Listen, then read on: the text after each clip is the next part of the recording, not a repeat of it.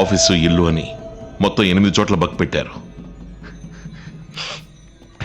మహాదేవ్ని వెంటనే అరెస్ట్ చేసి ఏర్పాటు చేయండి. ఆగండి సార్, ఆ Ranjith room, system, Ravi copy చేశాడంటున్న పెన్ డ్రైవ్ కాలిపోయినాయి కదా సార్. ఏ ఎవిడెన్స్ లేనప్పుడు మనం ఎలా అరెస్ట్ చేస్తాం? అయితే గన్నివ్వండి, ఎవిడెన్స్ లేకుండా వాడిని షూట్ చేసేస్తాను. ఆయన మీద చెయ్యి వేస్తే ఇండియా ఆర్థిక వ్యవస్థ మీదే చేసినట్టు అవుతుంది. Share market, GDP, employment, foreign exchange, అంతెందుకు సార్, మన దేశం కరెన్సీ వాల్యూనే పడిపోతుంది. మరేం పీకడానికి నాకు ఈ పదవి?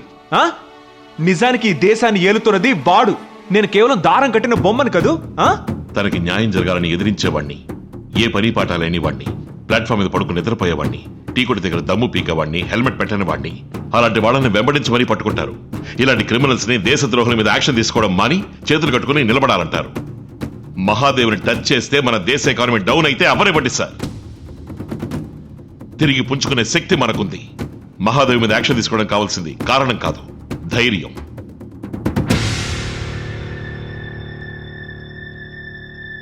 నేడు మన దేశ ఆర్థిక వ్యవస్థల్లో ముఖ్య పాత్ర వహిస్తున్న మహాన్ కంపెనీల మీద కేంద్రం కనుసన్నల్లో అన్ని చోట్ల సడన్ గా ఒకేసారి రైడ్ నిర్వహించడం జరిగింది. ఈ రైడ్స్ లో మహాన్ కుటుంబం చట్టవిరుద్ధమైన పలు చర్యల్లో భాగస్వాములుగా ఉన్నారని అనేక ఆధారాలు లభించాయని తెలియవచ్చింది. పన్ను ఎగవేత, మాదక ద్రవ్యాల ఎగుమతులు దిగుమతులు, అడవులు, వ్యవసాయ భూముల్ని నకిలీ పత్రాల ద్వారా సొంతం చేసుకుని పారిశ్రామిక వాడులుగా మార్చడం వంటి ఎన్నో రకాలైన నేరాలు మోపబడ్డ మహాన్ కుటుంబానికి ఈ రైడ్స్ మరింత క్లిష్ట పరిస్థితిని కలిగించాయి. వృద్ధే కాని పతనం తెలియని మహాన్ గ్రూప్ షేర్ విలువలు రైట్స్ జరిగిన మరుక్షణం విపరీత స్థాయిలో పతనావస్థకి చేరుకున్నాయి. మహాదేవ్ ఆడిటర్స్ అప్రూవర్ గా మారారు. అది పడవకు పడ్డ కన్నం లాంటిది. కానీ economic sir, mister Mahadev is online. Abhishek Chandrakant Varma, మా నాన్నను చంపించుండకూడదు మహాదేవ్, పెద్ద తప్పు చేశావు. నీ ఆవేదన, ఆవేశం నాకు అర్థమైంది. But I'm innocent. ఎవరో నిన్ను మిస్గైడ్ చేస్తున్నారు. అమాయకుడివి, మహామాయకుడివి. ఎందుకు ఈ కాల్? పని కానిద్దాం అభి. నాకు గోదావరి డెల్టాలో 8 మైన్స్ ఫుల్ పర్మిట్తో ఉన్నాయి తవ్వడానికి. అయినా నేనే దిగొస్తాను. నువ్వు చెప్పినట్టే అన్ని మైన్స్ మూసేస్తాను. నువ్వే అనౌన్స్ చేయి, నువ్వే ఫంక్షన్ ఏర్పాటు చేయి, నీ ఇమేజే పెరుగుతుంది. మీకేం చేయాలి? ఈ రైడ్స్ అన్ని ఆపే. ఇప్పుడు ఏం చేయమంటావో చెప్పు. నేనే కాల్ చేస్తాను. ఎందుకు సార్ ఈ కాంప్రమైజ్? ముందుకు దూసుకుపోయే బాణం మొదట వెనక్కే వెళ్తుంది శివ. సార్ నాకు అర్థం కాలేదు. సిలిఫెరా, ఈ తడవ ఆడ పురుగుల్ని మగ పురుగుల్ని కలిపి వదులుతాను. 1000 పురుగుల్ని నాశనం చేసేలోగా అవి కోటాను కోట్లుగా పెరిగిపోతాయి.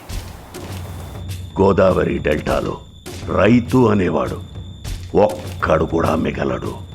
Total damage.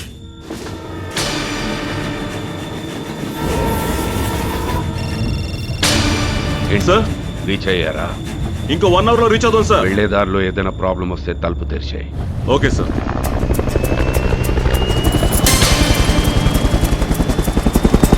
Good to go.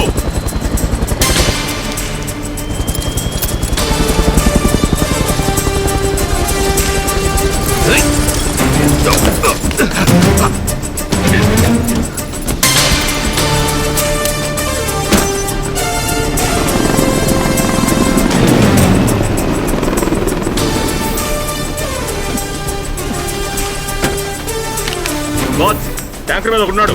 Shoot him now. Yes sir. రే పైకి చూడరా.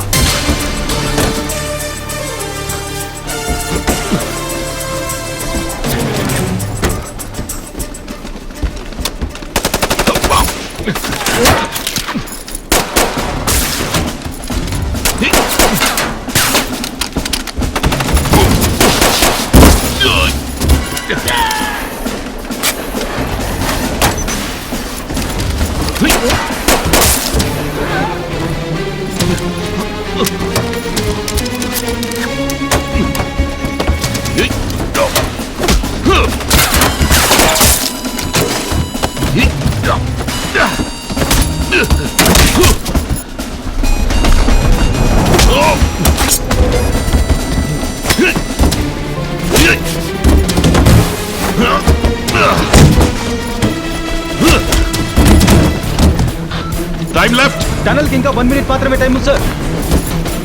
టనల్ లెంత్, ట్రైన్ లెంత్ రెండు ఒకటే sir. Do it sir.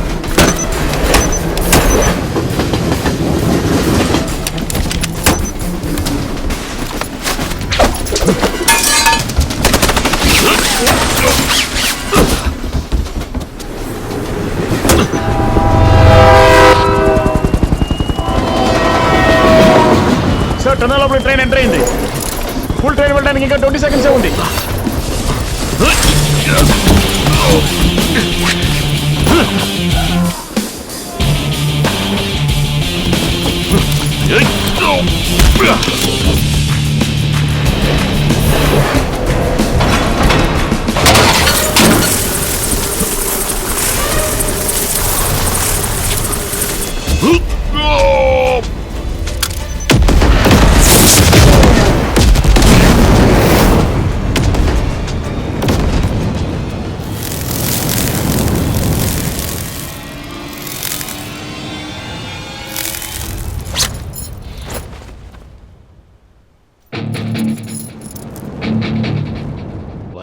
Urgent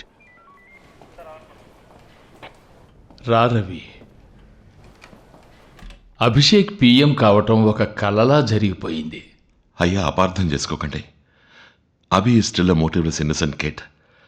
బాగా ఎత్తైన రోడ్లో బ్రేక్ డౌన్ అయిన కార్ రివర్స్లో వెళ్లకుండా ఉండడానికి చేతికి దొరికిన గులకరాని టైర్కి అడ్డం పెట్టినట్టుగా చిన్న కురాన్ని తీసుకెళ్లి పిఎం సీట్లో కూర్చోబెట్టారు. ఎగ్జాక్ట్లీ. ఈ దేశం ముందుకు వెళ్ళకపోయినా పర్వాలేదు, వెనక్కి మాత్రం పోకూడదు. రండి సార్, అభినందించడానికి కాకపోయినా ఓదార్చడానికైనా వస్తారనుకున్నాను. అభి సారీ, నేను ఆ షాక్ నుంచి బయటికి రాలేకపోయాను. నో, ఇక నువ్వేం చెప్పొద్దు. ఈ దేశం మీద నీకు నిజంగా ఏ మాత్రం శ్రద్ధ ఉన్నా వచ్చుండాలి. వచ్చి ఈయన గారి కాళ్ళు చేతులు పట్టుకునైనా నేను పిఎం కాకుండా అడ్డుకొని ఆపుండాలి. నువ్వు ఊరుకో అభి. చుట్టూ జరిగేవి చూస్తుంటే మనసుకి భయం వేస్తోంది. I'm worried about his security. నువ్వు అవితో పాటు ఉంటే మంచిది రవి. రవి ఆర్డర్ని రెడీ చేయండి. అయ్యా, నేను సస్పెన్షన్లో ఉన్నాను. నీ సస్పెన్షన్ ఆర్డర్ని రివర్ట్ చేయమన్నాను. Please be with me. From now on you are my principal security adviser. Okay? నమస్కారం. ఎలా ఉన్నారు? మేం బాగానే ఉన్నాం సార్, కానీ దేశం బాగాలేదే. పెట్రోల్ ధరలు ఆకాశాన్ని అంటుకున్నాయి. దానికి యాక్చువల్గా మేము స్టేట్ గవర్నమెంట్ ట్యాక్స్లు తగ్గించమన్నామని చెప్పండి సార్. మైన్స్ తవ్వకాల వల్ల రైతులు నష్టపోతున్నారు. దీనికి పరిష్కారం ఏంటి సార్? రైతు సమస్యల పరిష్కారానికి తీసుకున్న నిర్ణయాల్ని త్వరలో ప్రకటిస్తామని చెప్పండి. ఒక పక్క చైనా ఉరుకుతోంది, దానికేమంటారు? చిన్న వయసులో ఈ పదవిని చేపట్టడానికి మీ అర్హత ఏంటి సార్? రవి అందరూ ప్రత్యేక హోదా ఉంది లేదని ఊరిస్తున్నారు. దీనికి సమాధానం? I'm extremely sorry sir. Abhi sir, relax. Please ignore the prompting. మీ మనసుకి ఏమనిపిస్తుందో అదే మాట్లాడండి. మౌనం ప్రశ్నలకు సమాధానం కాదు సార్, చెప్పండి సార్. మిషన్ గన్ తో షూట్ చేస్తున్నట్టు అడిగితే ఎలా చెప్పండి? To be very frank with you, కొన్ని ప్రశ్నలకి సమాధానం తెలియలా, కొన్ని ప్రశ్నల అర్థమే కాల. బాబర్ తర్వాత హుమాయూన్, అక్బర్ అంటూ వరుసగా వారసులు వెళ్ళటానికి ఇదేమి రాజవంశమూ కాదు. వంశపారంపర్యంగా తాత, మనవడు, కొడుకు అంటూ కంటిన్యూ చేయడానికి ఇదేమి సిద్ధ వైద్యశాల కాదు. కార్ వెనక్కి జారకుండా చేతికందిన రాయిని అడ్డం పెట్టి ఆపినట్టు పార్టీని, ప్రభుత్వాన్ని కాపాడడం కోసం నన్ను పిఎం పోస్ట్ లోకి దూర్ చేశారంతే. 25 ఏళ్ళు వచ్చాయన్నా ఏజ్ ఎలిజిబిలిటీ తప్ప చెప్పుకోదగ్గ అర్హత ఏది నాకు లేదు. కానీ నువ్వు చేయలేవు, నీ వల్ల కాదని రెచ్చగొడితే మాత్రం ఆ పని చేసి తీరాలి అన్న ఓ పట్టుదల వస్తుంది. కాలేజ్ ఫైనల్ ఇయర్ లో 12 అరియర్స్. నువ్వు ఇది కంప్లీట్ చేయడానికి 5 ఏళ్ళు పడుతుందని మా నాన్న బెట్ కట్టారు. నెక్స్ట్ సెమిస్టర్ లోనే అన్ని కంప్లీట్ చేశాను. చెప్పాలంటే ఒక బెంగాలీ అమ్మాయిని పడేయడానికి 1 వీక్ లోనే బెంగాలీ నేర్చుకున్నాను. What's her name sir? ఏ ఊరు సార్ ఆ అమ్మాయిది? సో హెడ్లైన్స్ లో వేసుకోవడానికి బ్రేకింగ్ న్యూస్ దొరికింది కదా. I will make it more interesting for you guys. After that Malayalam, Punjabi, Gujarati కూడా నేర్చుకున్నాను. ఇప్పుడే భాష నేర్చుకుంటున్నారు sir? What's your mother tongue? Tamil sir. Why? అది నేర్చుకుంటే పోయే, నేర్పించండి. Okay, jokes apart. ఎవరైనా విత్తనం మొలకెత్తి పూస్తుందన్న నమ్మకంతో నాటుతారు. అది మొలకేస్తుందా లేదా అని రోజు వెళ్ళి తవ్వి చూడకండి. ఇది చంద్రకాంత్ వర్మ గారి విత్తనం, మొక్కగా మిగిలిపోదు. Please give me some time. Thanks for coming. Welcome sir. PM office నుంచి వస్తున్నారని ఇన్ఫో వచ్చింది sir. Okay, would you like to have some tea or coffee? No thanks. కాశ్మీర్లో దొరికిన ఎవిడెన్స్ అన్ని అనలైజ్ చేశారా? ఏమైనా బ్రేక్ త్రూ దొరికిందా? Unfortunately we did not get lead sir, but still we are analysing sir. Analyst ఎవరు? Mister Ramanujam, this mister Ravi Kishore from prime minister's office. Sir, will take it forward from here. Thank you. Sir ఏమంటున్నారు? మిమ్మల్ని sir వెళ్ళమంటున్నారు. Hello mister Ramanujan. Hello ఒక చిన్న lead కూడా దొరకలేదని చెప్పారు. ఏ sir ఉంటే లేదంటారా చెప్పండి. ఫింగర్ ప్రింట్స్, డిఎన్ఏ శాంపిల్స్ ఏవీ మ్యాచ్ అవ్వట్లేదు సార్. ఏమనుకోకుండా ఇంకోసారి చూడండి. సార్ ఇంటికి వెళ్తాం మర్చిపోయి రాత్రి తెల్లవారులు ఇక్కడే ఉండి ఇదే పని చేస్తున్నాను. 7 తడవలు ఫోన్ చేసింది. ఎవరినైనా ఉంచుకున్నానేమోనని నా పెళ్ళానికి డౌట్ ఒకటి. ఆధార్ కార్డు అందులో పెడతారుగా. వేళ కొల్లాలా 135 కోట్ల జనం స్వామి. దీనికి పెద్ద టీం కావాలి.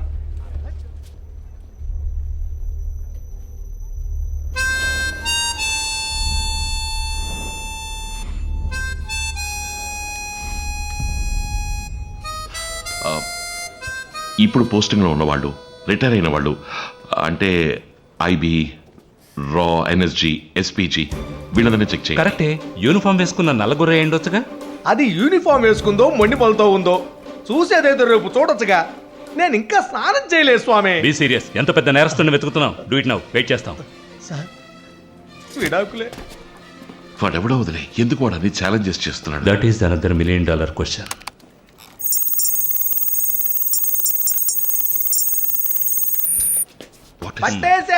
పట్టేశా పట్టుబడ్డాడు సార్. వీడే చూసారా, వీడి ఫింగర్ ప్రింట్ ఎంత అక్యూరేట్ గా మ్యాచ్ అయిందో.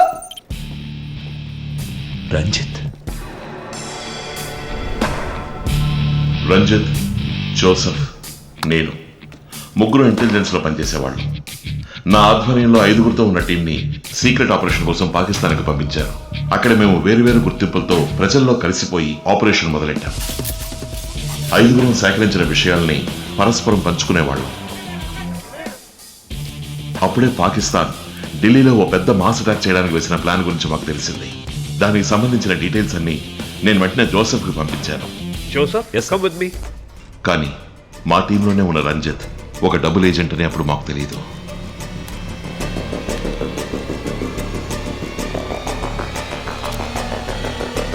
ఏం చేస్తున్నావు? స్టేట్లో మేమున్న చోటు, మా గురించిన డీటెయిల్స్ అన్నింటినీ కేవలం డబ్బు కోసం ఐఎస్ఐకి అందిస్తాడు.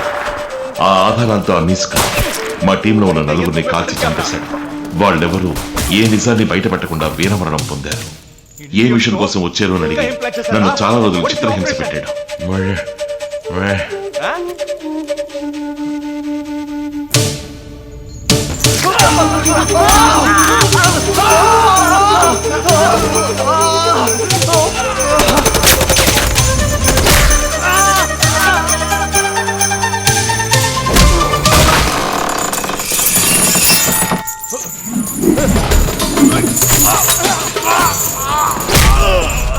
అక్కడి నుంచి తప్పించుకునే కొన్ని నెలల పాటు నేను పాకిస్తాన్లోనే తలదాచుకున్నాను. మా గురించిన ఏ డీటెయిల్స్ తెలియనందువల్ల మేము చనిపోయామనుకునే డిపార్ట్మెంట్ ఫైల్ క్లోజ్ చేసింది. ఒకరోజు నేనున్న చోటు తెలుసుకుని అమీస్కా నన్ను వెంబడించాడు. వాడి దగ్గర నుంచి తప్పించుకుని నేను ఇండియా వచ్చేసాను. రంజిత్ ఇంటికి మేము రైడ్కి వెళ్ళాం. అక్కడ సర్చ్ చేసినప్పుడు వాడే మమ్మల్ని పట్టించేయడం అనడానికి ఆధారంగా ఎన్నో ముఖ్యమైన డాక్యుమెంట్స్, వాయిస్ నోట్స్, డాలర్స్ అన్ని దొరికాయి. వాటి ద్వారా చట్ట ప్రకారం రంజిత్ ని అరెస్ట్ చేశాం. దేశద్రోహం నేరం కింద రంజిత్కి 6 ఏళ్లు శిక్ష పడి తీహార్ జైలుకి వెళ్ళాడు. అవమానం భరించలేక షీలా తన వైఫ్, కొడుకుతో పాటు ఆత్మహత్య చేసుకుంది. ఆ తర్వాత వాడి గురించి ఏ వివరాలు తెలియలేదు. ఇప్పుడు జోసెఫ్ అతని గురించి ఇన్వెస్టిగేట్ చేసినప్పుడు 3 నెలల ముందే జైలు నుంచి రిలీజ్ అయ్యి చాటుమాటుగా ఉంటూ ఇలాంటి విద్రోహ చర్యలు చేస్తున్నాడని తెలిసింది. ఆ తర్వాత తను ట్రేస్ చేయడం కుదరలేదు. ఎస్కేప్ అయ్యా. ఆప్ ఇంకా రంజిత్ కదా ప్లీజ్. ఎప్పుడు చూసినా టెర్రరిస్ట్, బాంబు, డెత్, వైలెన్స్ అంటూ కొంచెం రొమాంటిక్ మూడ్లోకి రావచ్చుగా. Not now. ఇప్పుడు నాకు కొంచెం పని ఉంది. రా వెళ్దాం. ఎక్కడికి? ఒక లాంగ్ డ్రైవ్, తాజ్ మహల్ చుట్టూ నీ చేయి పెట్టుకుని ఒక walk, candle light dinner, Janpath లో షాపింగ్. ఇది ఒక రోజులో అయ్యే పని కాదు. 2 days లీవ్ పెట్టి వెళ్దామంటావా? ఓకే. నో 2 minutes కావాలంటే బ్రేక్ ఇస్తాను. ఫాస్ట్ గా లవ్ చేసి బయలుదేరు. 2 minutes లో చేయడానికి ఇదేమన్నా నూడిల్సా?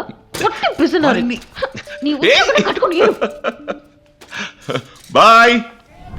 ఉభయ గోదావరి జిల్లాలకు సంబంధించిన వేలాది మంది రైతులు పోరాటం కొనసాగిస్తున్నారు. ఇప్పుడు దాని గురించి వారిని అడుగుదాం. అయ్యా, ఎందుకు ఈ పోరాటం?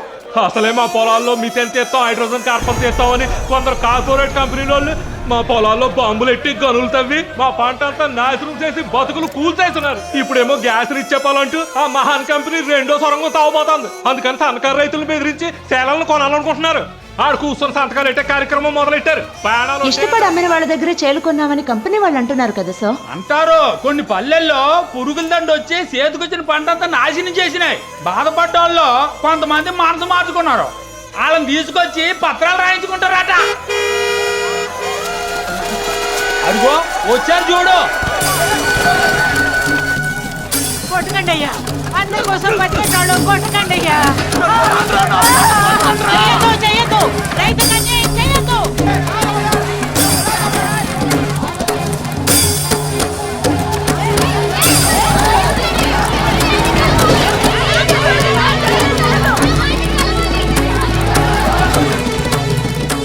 పొలాలు ఇవ్వడానికి ఒప్పుకున్న రైతులు వీళ్ళే సార్. రిజిస్ట్రేషన్ ఇంకా ఎందుకు పూర్తి కాలేదు? అది కాదు సార్, ఇక్కడ 1000 మంది రైతులు పోరాటం చేస్తున్నారు. పెద్ద గొడవ అవుతుంది. పోలీస్ ఫోర్స్ చాలదు, మేనేజ్ చేయడం కుదరదు సార్. ఆయుధ పూజ చేయడానికి ఆ పోలీసులకి ఆ ఆయుధాలను ఇచ్చింది. సార్, జనం కాస్త కంట్రోల్గానే ఉన్నారు. యాక్షన్ తీసుకుంటే తప్పు అవుతుంది. ఒకవేళ వాళ్ళు ఎవరినైనా కొట్టినా పగలగొట్టినా తగలబెట్టినా. అర్థమైంది.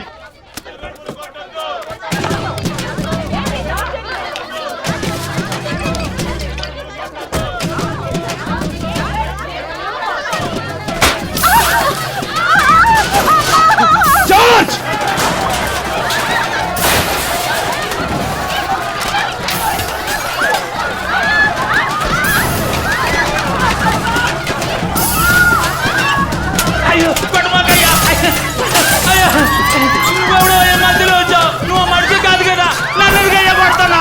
అయ్యో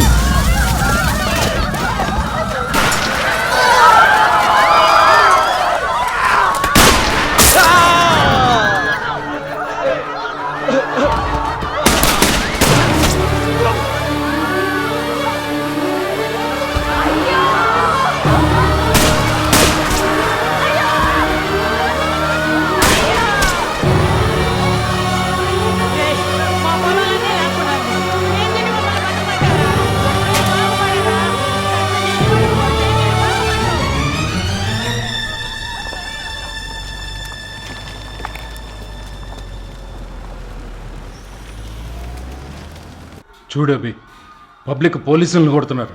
పోలీసు వ్యాన్లను తగలబెడుతున్నారు.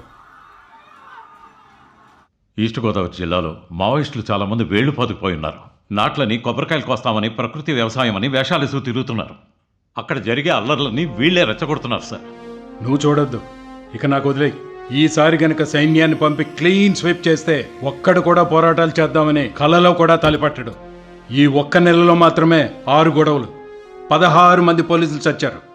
మిలిటరీని పంపి మన వాళ్ళ మీద వారా? భలే హిట్లర్ ఐడియాలా ఉందే. అది సరే, పోలీస్ అటాక్లో ఈ 1 మంత్లో పబ్లిక్ ఎంతమంది చనిపోయి ఉంటారు?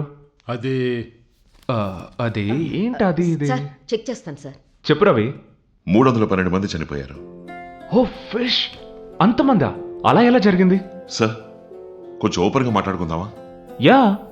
సార్ చెప్పినట్టు నారు నాటేవాళ్ళు, కొబ్బరికాయలు కోసేవాళ్ళు, ప్రకృతి వ్యవసాయం చేసేవాళ్ళు వేషగాళ్లు కారు సార్. అదే వాళ్ళ బ్రతుకు.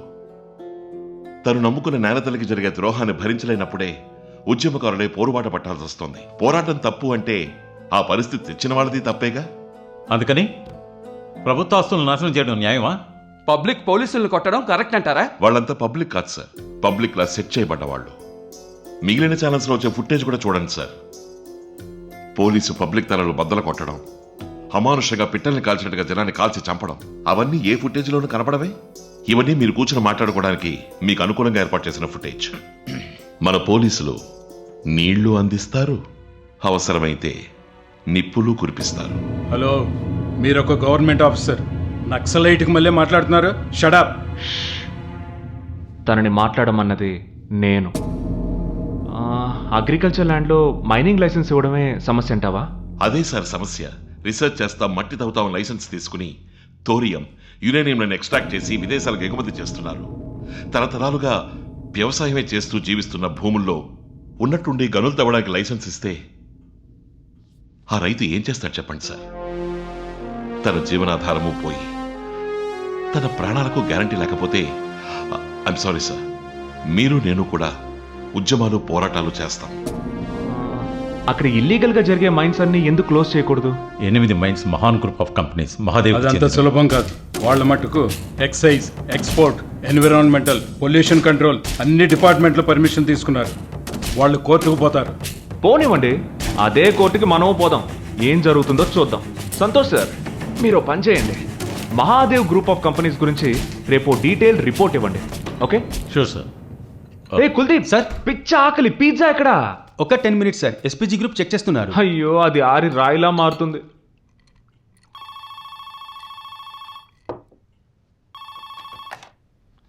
యా సార్, మిస్టర్ మహాదేవ్ గారు వచ్చారు. మీరు డైరెక్ట్ అపాయింట్మెంట్ ఇచ్చారా? రమ్మనండి. అంకుల్, సారీ అంకుల్, మీరు వస్తానని చెప్పింది మర్చిపోయాను. No worries. Prime minister seat ఎలా ఉంది? హీట్ పుట్టిస్తోంది uncle. Come come, let's have a drink uncle. నా ఎక్స్ట్రీమ్ కోపంలో ఉంటే తాగుతాను, లేదా ఎక్స్ట్రీమ్ హ్యాపీగా ఉంటే తాగుతాను. ఇప్పుడు ఏ మూడ్లోనూ లేను. ఏంటి అంకుల్, మరెందుకు ఈ మిడ్ నైట్ మీటింగ్?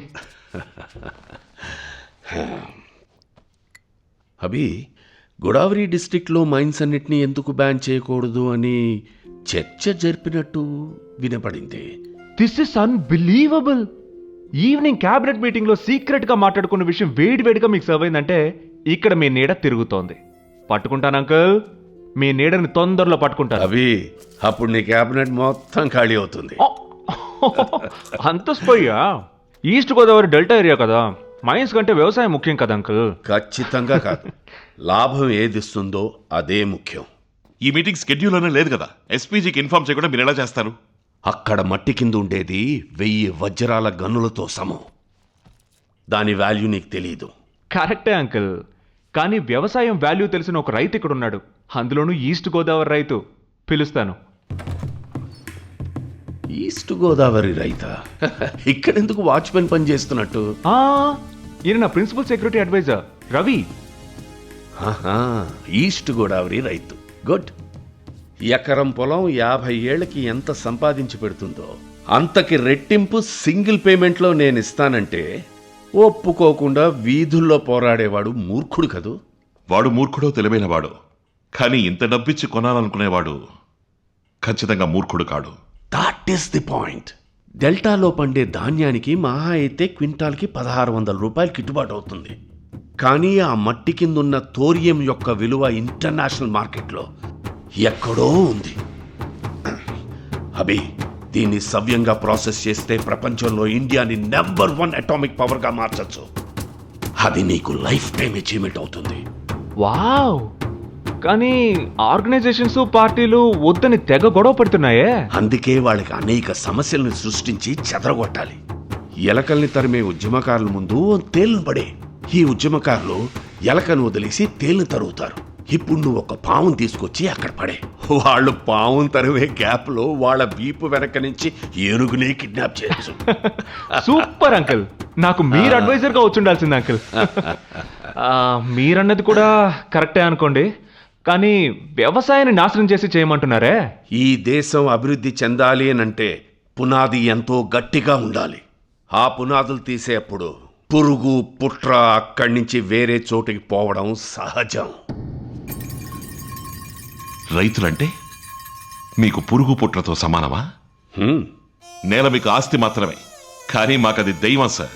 అందుకే పొలంలోకి దిగేప్పుడు రైతు కాళ్ళకి చెప్పులేసుకోడు సార్. మీలాంటి కార్పొరేట్ వాళ్ళు లోన్ తీసుకుని కట్టలేకపోతే విదేశాలకి పారిపోతారు. అప్పు చేసిన రైతు మాత్రం ఎక్కడికి పారిపోడు సార్. పరుగుగలడు సార్, చచ్చిపోతాడు. చస్తూనే ఉన్నారుగా. పోయిన 10 ఏళ్లలో 2 లక్షల మంది రైతులు ఆత్మహత్యలు చేసుకున్నారు. అంత కష్టపడి ఎందుకయ్యా వ్యవసాయం చేయడం? ధాన్యమేగా మీకు కావాల్సింది. కర్ణాటక నుంచి, ఒరిస్సా నుంచి, వియట్నాం నుంచి, థాయిలాండ్ నుంచి కుప్పలు కుప్పలుగా దించుతా. అభి, ఇండియాని సూపర్ పవర్గా చేస్తాను. నిన్ను సూపర్ పిఎంగా చేస్తాను. రైట్ అంట. ఆంధ్రప్రదేశ్ని ఎడారిని చేసి ఇండియాని సూపర్ పవర్గా మారుస్తానంటారు. కమ్మాన్ అబి, దుబాయ్ కూడా ఒకప్పుడు ఎడారే. అక్కడ డబ్బుకు రావట్లే. One of the richest place on earth. తెలుగునాట వ్యవసాయాన్ని, సంస్కృతిని రూపుమాపే ఇంత నీచమైన ఆలోచనని ఏ గవర్నమెంట్ ఒప్పుకోదు. Abhi, let me tell you a story. ఇథోపియాలో నాకు ఒక కాపర్ ఫ్యాక్టరీ ఉండేది. 5 ఏళ్లకు ముందు అక్కడ గవర్నమెంట్ మారి ఎన్విరాన్మెంట్ ఇష్యూ అని నా ఫ్యాక్టరీని మూసేశారు. Just $20 million. జస్ట్ $20 million ఖర్చు చేశాను. అక్కడ ఉండే ఒక మిలిటెంట్ గ్రూప్ 3 వారాల్లో అధికారాన్ని పట్టేశారు. అంతకు ముందు నా అధికారాన్ని పట్టుకుని ఉరికంబం ఎక్కించారు. ఇప్పుడు ఆ దేశంలో నాకు 14 కాపర్ ఫ్యాక్టరీస్ ఉన్నాయి. రవి, అంకుల్ ఉద్దేశం ఏంటో సమజైంది, కానీ సమజగాల. మీరాయన సొరంగాల్ని మూసేస్తే మీ అధికారాన్ని కూలదోస్తారట. అయ్యో అంకుల్, నన్ను ఆ స్థితికి తీసుకురావద్దంటున్నాను. కరెక్టే అంకుల్. నేను మీ మైన్స్ క్లోజ్ చేస్తే అది మీకు ప్రెస్టీజ్ ఇష్యూ అవుతుంది. ఇప్పుడు మనం ఒక పని చేద్దాం. నెక్స్ట్ మంత్ రాజమండ్రిలో ఒక గ్రాండ్ ఫంక్షన్ చేద్దాం. ఆ ఫంక్షన్లో ప్రజలందరి కోసం మీరే మైన్స్ అన్ని క్లోజ్ చేస్తున్నట్టు అక్కడ ప్రకటించండి. నేనే పూలమాలేసి అభినందిస్తాను. Super image. ఎలక్షన్లో నుంచి ఎంపీ కూడా అవ్వచ్చు. నేనెందుకు అభి ఎంపీ అవడం? నీ దగ్గర ఉన్న 60 మంది ఎంపీలు నా మాట వింటారు. నువ్వు ఒక్కడవే నా మాట వినవు. సో వినకపోతే నా గవర్నమెంట్ పడగొడతానంటారు. వింటే నీకే మంచిదభి. పిఏ సార్, ఆల్ ఇలీగల్ మైన్స్ని బ్యాన్ చేయబోతున్నాం. అందులో ఉండే లీగల్ ఇష్యూస్ గురించి రేపు మాట్లాడాలి. అటార్నీ జనరల్కి ఇన్ఫార్మ్ చేయండి.